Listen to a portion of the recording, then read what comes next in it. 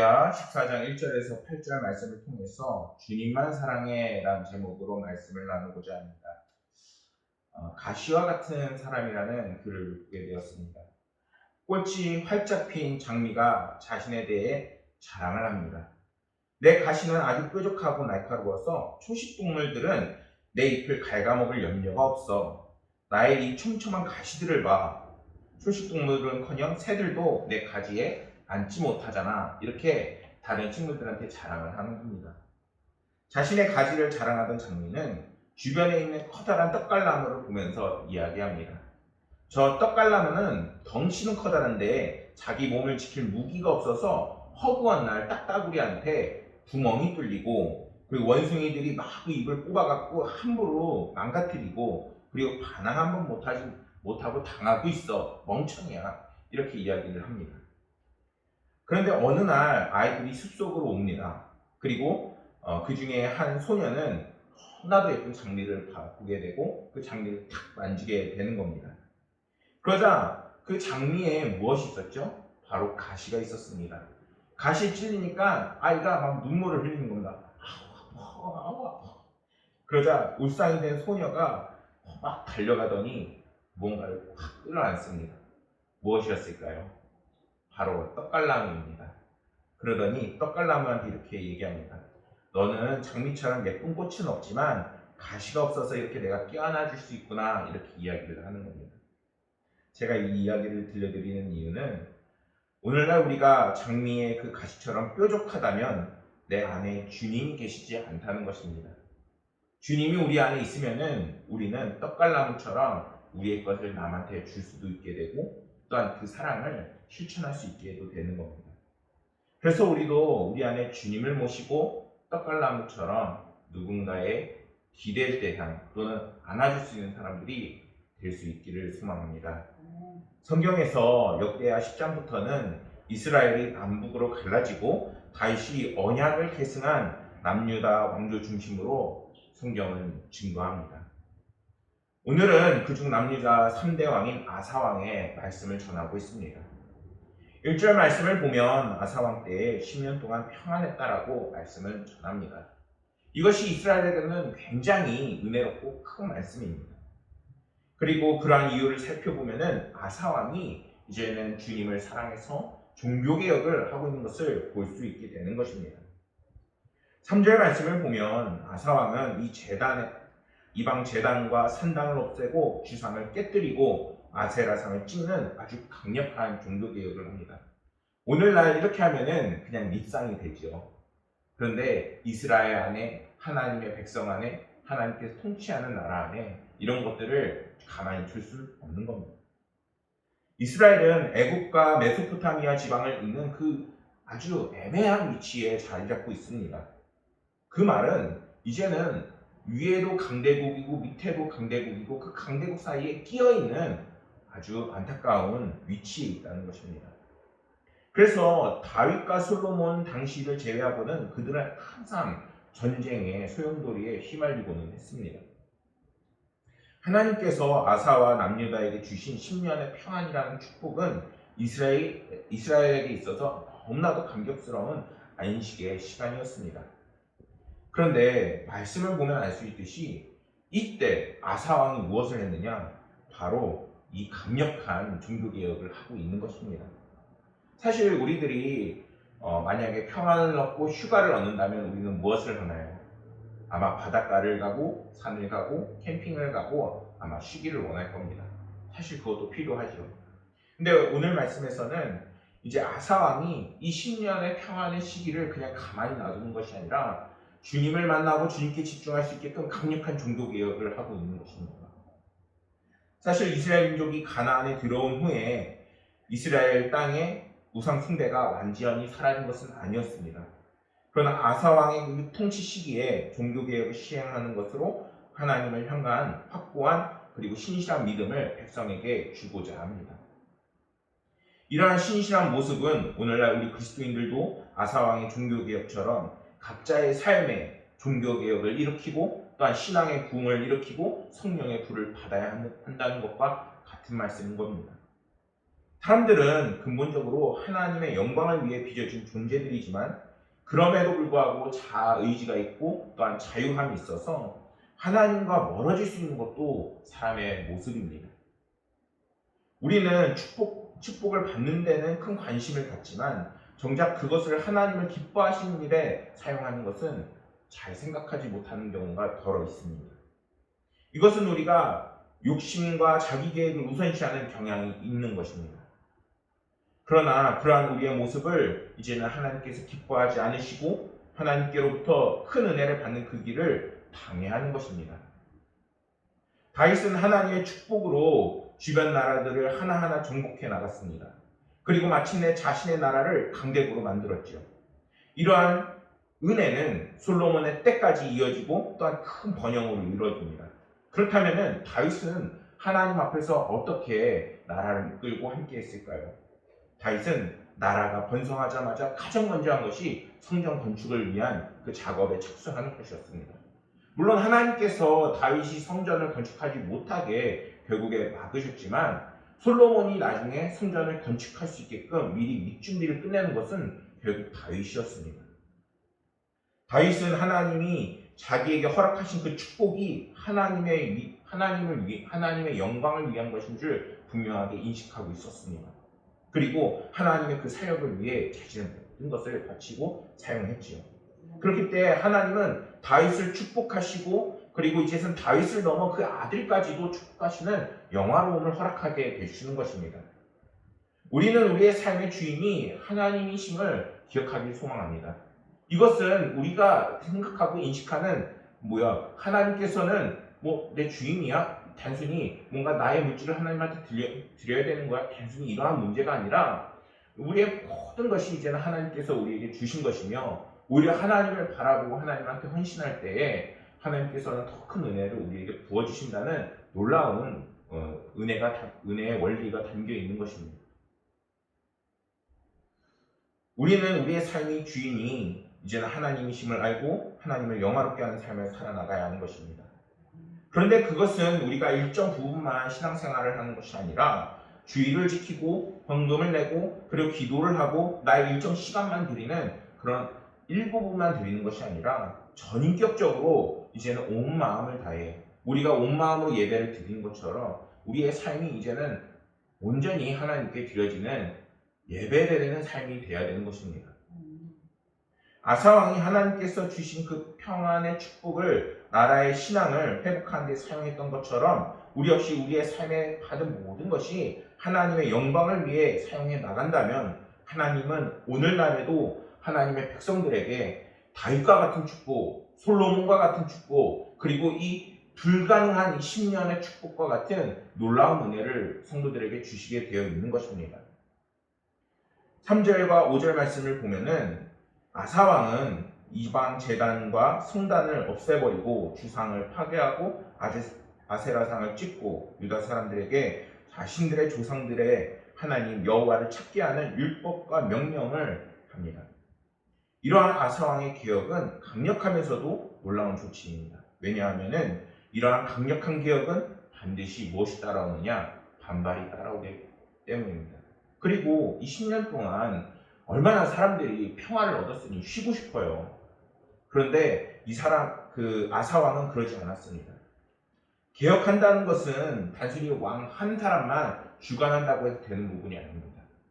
왕의 명령으로 이제는 밑에 신하들이 따라주고 이제는 전 지역으로 퍼져나가야 하는 일인 것입니다. 아마 이 왕도 분명히 그 어려움을 예상했을 것입니다. 오랫동안 우상 숭배 습관이 남아있고 백성들의 저항이 만만치 않았을 것이고 그리고 그런 저항이 거세지면은 결국에 왕권까지도 위험하게 하는 그러한 반란이 일어날 수도 있게 되는 것입니다. 그런데 오늘 말씀에서는 아사왕은 그런 위험 요소를 전혀 생각하지 않습니다. 하나님을 중심으로 사는 그 삶으로 백성들을 이끄는 데 오히려 그 초점을 맞추고 이제는 이러한 개혁을 단행하고 있는 것입니다. 오늘날 우리에게 이러한 아사왕이 행하는 그 개혁과 같은 삶의 태도가 각자의 삶에 필요한 것입니다. 우리의 삶이 하나님 중심으로 나가기 위해서는 강력한 결단이 필요합니다. 왜냐하면 우리는 생각보다 내 중심 그리고 내 편한 대로 그리고 조금 더 이제는 하나님과 멀어진 삶으로 가려고 하는 죄성을 아직 갖고 있기 때문인 것입니다. 신앙은 타협의 대상이 아닌 것입니다. 현실적인 문제, 정치적인 문제, 경제적인 이해에 밀려서 이제는 포기하고 타협하는 것이 믿음이라 할 수 없는 것입니다. 야고보서 4장 8절 말씀에서는 이렇게 말씀합니다. 하나님을 가까이 하라. 그리하면 너희를 가까이 하시리라. 죄인들아 손을 깨끗이 하라. 두 마음을 품은 자들아 마음을 성결하게 하라. 하나님께서는 말씀하십니다. 성경은 우리가 이제는 한쪽은 세상의 발에 한쪽은 이제는 교회에 두면서 살아가는 것이 아니라 그것 가지고 하나님께서 주관하실 것이니 믿고 나아가라. 하나님께 온전히 맡겨진 삶이 되라. 오히려 이렇게 말씀하고 있습니다. 단순히 기도만 하고 헌금을 내고 예배를 드리라는 이런 말씀이 아닙니다. 길을 가다가도 나무를 보다가도 이제는 주님을 바라볼 수 있게 되고 주님을 찬양할 수 있게 되고 그리고 내 삶에 그 말씀이 나의 삶을 이끌게 되는 그러한 삶이 되라는 것입니다. 그럴 때 이제는 신앙은 우리를 오히려 자유롭게 하는 것이고 주님의 구속 안에 있게 하는 것이고 그것을 통해서 하나님의 놀랍고 크신 은혜가 우리의 삶 가운데 스며들게 되는 것입니다.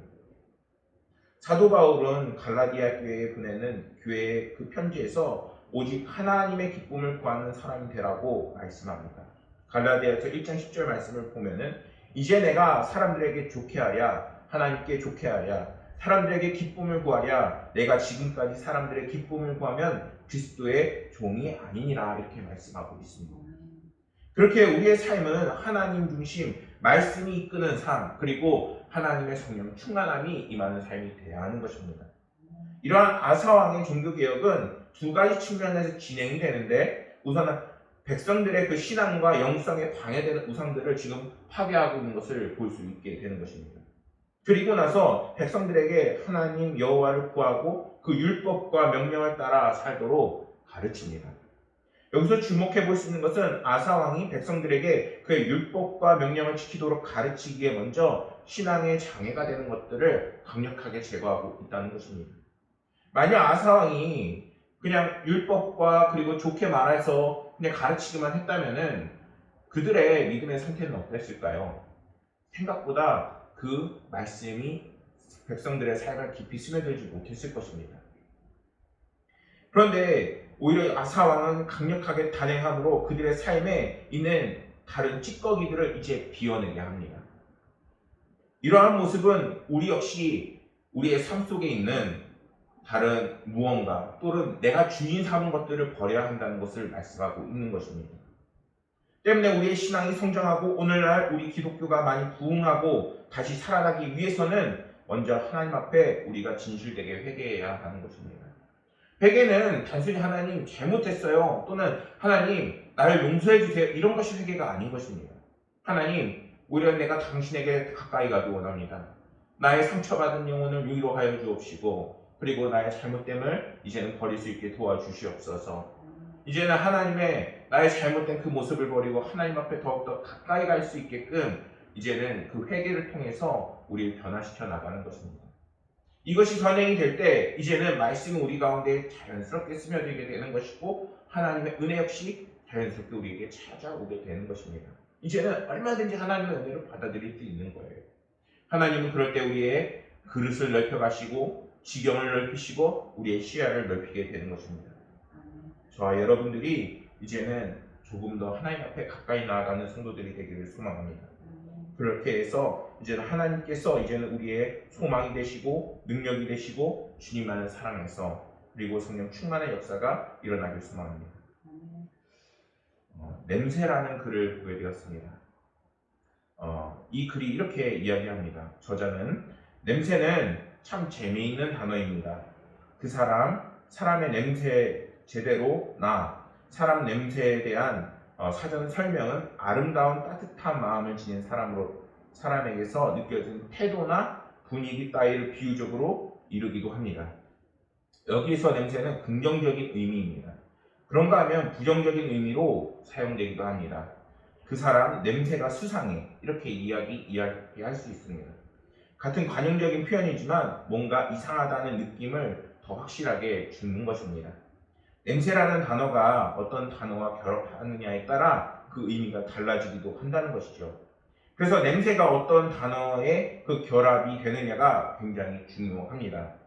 성경에서도 냄새와 관련된 내용이 나오는데 항상 우리를 그리스도 안에서 이기게 하시고 우리로 말미암아 각 처에서 그리스도를 아는 냄새를 나타내시는 하나님께 감사하노라. 우리는 구원받은 자들에게나 망하는 자들에게나 하나님 앞에서 그리스도의 향기니 이 사람에게는 사망으로부터 사망에 이르는 냄새요 저 사람에게는 생명으로부터 생명에 이르는 냄새라. 누가 이를 감당하리요 라고 고린도후서 2장 14절에서 16절 말씀에서 말씀하고 있다고 글에는 기고가 되어 있습니다. 여러분들, 우리에게는 어떤 냄새가 나야 할까요? 좋은 향수의 냄새가 나야 할까요? 아니면은 우리도 누군가처럼 뽐내고 화려한 그런 향기가 나야 할까요? 우리가 정말 그리스도인들이라면은 우리 안에 계시는 주님의 향기가 나야 하는 것입니다. 그럴 때 다른 영혼들이 이제는 벌이 되어 우리 안에 있는 그리스도의 그 향기를 취하러 오게 되는 것입니다. 우리가 신앙이 회복이 될 때 주님께서는 주님의 향기가 나게 하십니다. 6절 말씀을 보면은 여호와께서 아사 왕에게 평안을 주셨으므로 그 땅에 평안이 여러 해 싸움이 없는지라 그가 견고한 성읍들을 유다에 건축하니라 라고 축복의 그 말씀과 이러한 일이 일어났음을 말씀하고 있습니다. 아사 왕이 하나님이 주시는 평안의 때에 견고한 성읍을 건축합니다. 이제는 그 파괴했던 것을 넘어서 성도들을 이제는 사람들을 이제는 하나님의 곁으로 더 갈 수 있게끔 보호하고 지키고 이제는 부흥을 일으킵니다. 아사 왕은 하나님께서 주신 평안할 때에 유다 국방을 견고히 합니다. 성읍들을 건축하고 그 주위에 성곽과 망대와 문과 빗장을 만들고 그리고 큰 방패와 창을 잡은 30만 명이요 베냐민 중에서 작은 방패를 잡으며 활을 당긴 자가 28만 명이라 이렇게 이야기합니다. 이들이 그리고 다 큰 용사라고 성경은 증언을 합니다. 아사 왕이 이러한 준비는 얼마 지나지 않아 구스 사람 세라가 100만 대군을 이끌고 유다를 침공했을 때 어떻게 됐냐? 그들을 격파를 하게 됩니다.